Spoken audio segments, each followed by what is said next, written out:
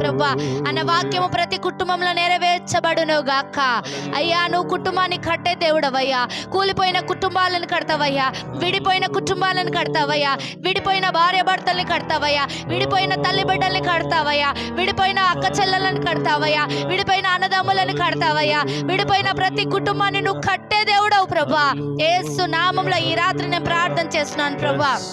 ఏ కుటుంబాలైతే విడిపోయి ఉన్నాయో, ఏ కుటుంబాలైతే ఒకరికొకరికి ఐక్యత లేదు, ఏ కుటుంబాలైతే ఒకరొకరు మాట్లాడుకుంటలేరు, ఏ కుటుంబాలలో సమస్యల ద్వారా బాధపడుతున్నారో, ఏ కుటుంబాల దుఃఖం ఉందో, ఏ కుటుంబాల్లో బాధలు ఉన్నాయో, ఏ కుటుంబాలలో ప్రభా కృంగిపోయి ఉన్నారో, యేసు నామములో ఈ రోజు స్వస్థతలు కలుగును గాక. యేసు నామములో సైతాన్ శక్తి నుంచి విడుదల కలుగును గాక.